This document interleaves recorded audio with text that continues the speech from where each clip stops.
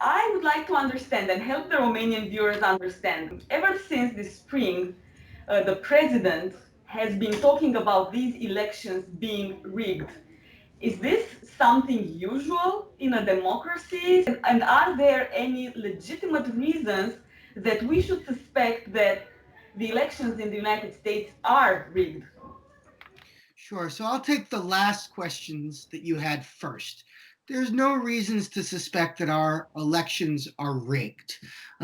We've run, obviously, democratic elections in the United States for a long time.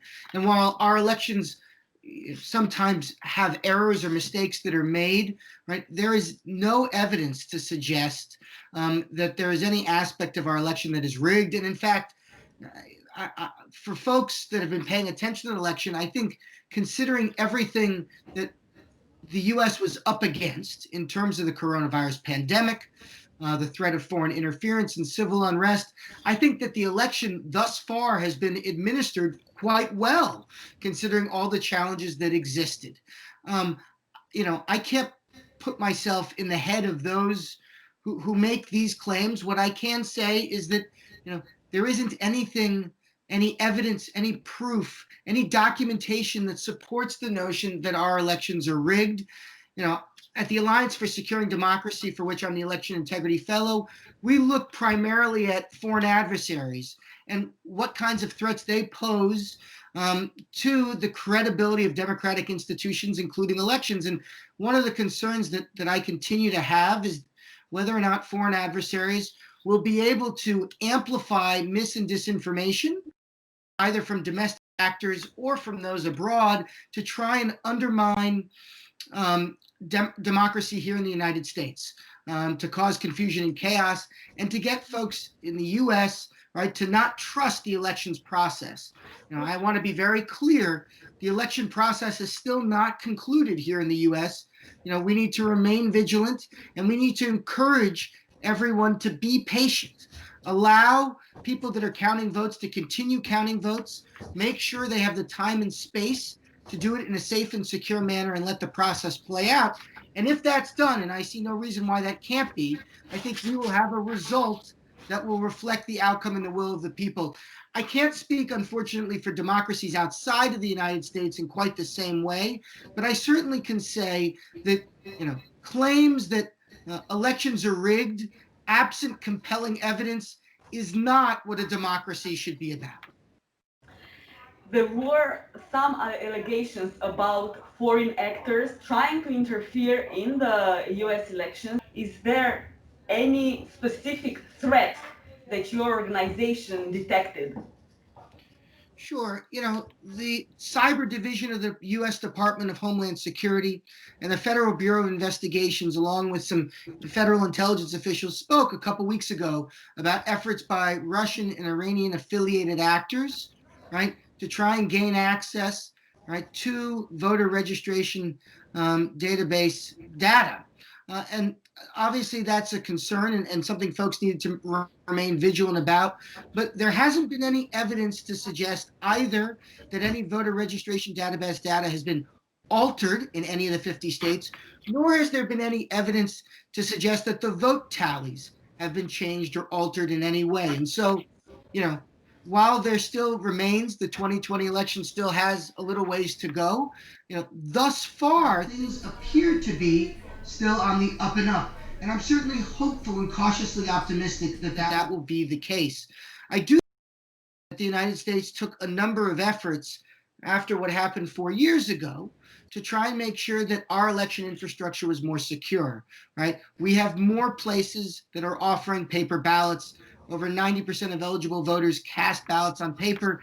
And that, of course, is important because voters could verify, right, their choices, and it provides election officials a way of being able to validate those ballots after the election. I think we're also seeing election officials conducting more post-election audits, right, following the 2020 election, and that's also important for similar reasons. And of course, we're seeing greater collaboration and cooperation between state and local election officials and their federal partners, as well as election vendors, so that we have a better awareness of the threat. And so while I remain concerned and while I'm continuing to maintain a great degree of awareness about these threats, so far it appears that American elections are being determined solely by American voters, and that's a good thing. What about the 2016 elections? Did your organization find evidence that there was some interference? And of course, I'm thinking about Russian interference. Did you have any solid proof? Sure. So our organization, the Alliance for Securing Democracy, which is a bipartisan transatlantic initiative that's part of the German Marshall Fund of the United States, only came to fruition in 2017. But to your point, it spawned or came about as a result of what occurred in 2016.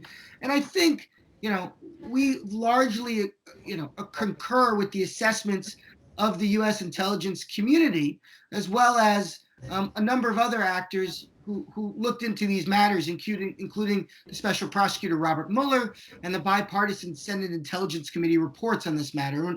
And again, what those reports found was that there wasn't any evidence that there had been altering of the votes by any foreign adversaries or foreign actors, including Russian-affiliated actors, but that there were efforts to tamper in election systems in all 50 states, likely, and that there were instances where Russian-affiliated cyber actors were in a position to access, modify, and potentially alter voter registration data. And while it doesn't appear that any data was altered, that would have been could be concerning, because if voter registration data can be altered, then you have a scenario potentially where the voting process could be slowed down, where people are having to resort to other processes to check voter eligibility, and it means the voters have to wait longer to cast their ballots. And so, again, the 2016 election was determined by all indications by American voters. But what we saw in terms of foreign interference was unprecedented in the United States. And it's part of the reason why there's been such an aggressive effort over these last 4 years, that culminated in the 2020 election, to try and make sure that the U.S. was more prepared for that possibility of foreign interference. And I know you are an expert on U.S. elections and its security system, but to your knowledge, are there attempts to rig the elections in other countries? For example, we will be organizing elections on December 6th. How susceptible should we be, and should we be on the lookout for some foreign interference in our electoral system? I think that's a terrific question. And to be fair to you and your viewers, the Alliance for Securing Democracy, of course, looks at threats to democratic actors, particularly in the transatlantic space, which includes the United States and Europe. We know that foreign adversaries have tried to interfere in previous elections, and it doesn't just include the 2020 U.S. election and the 2016 U.S. 28. There was evidence to at least suggest that foreign actors were trying to interfere. We know that France's 2017 presidential election had interference by Russian actors. We know that Ukraine's 2014 election had interference, by Russian foreign actors. And so this is a threat that I think anyone who, any democracy that's trying to conduct democratic elections needs to be mindful of. And I think it's really important that democracies are both looking within as well as looking to their partners to try and make sure that their election infrastructure is as robust as possible. At this point in time, I'm not personally aware of any specific threats, to elections, for the December election. But I would encourage folks to be vigilant. I would encourage folks to take a number of actions to try and make sure that if there are attempts by foreign actors to try and interfere in your elections, that you're prepared. And that includes, among other things, if you see information that's shared on social media, you want to make sure that if that information looks suspect, that you remain calm and that you think twice before sharing it with someone else so that it goes viral. Look to reputable sources of information. And that includes potentially, those folks who conduct those elections, as well as law enforcement and intelligence who have a great deal of expertise on these issues as well. Thank you, David. And one last question, if I may.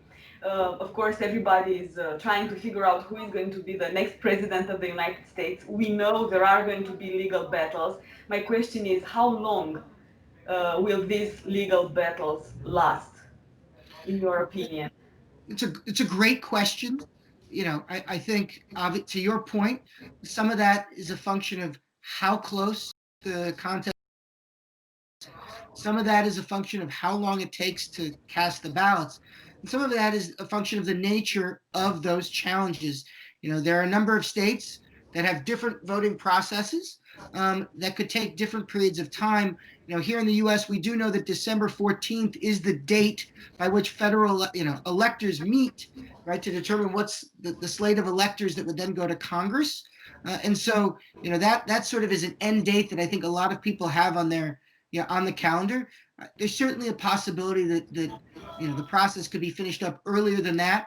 What I would encourage folks to do, though, is if they're interested in this, is to look to the state and local election officials in those particular states, observe the processes, and listen to what they're saying, right? So that in these unusual times with COVID-19 and the increase in mail ballots that we've seen in the 2020 election, people understand and see that the democratic process is playing out and that they see that process play out till the end. Thank you so much, David, for all this useful information.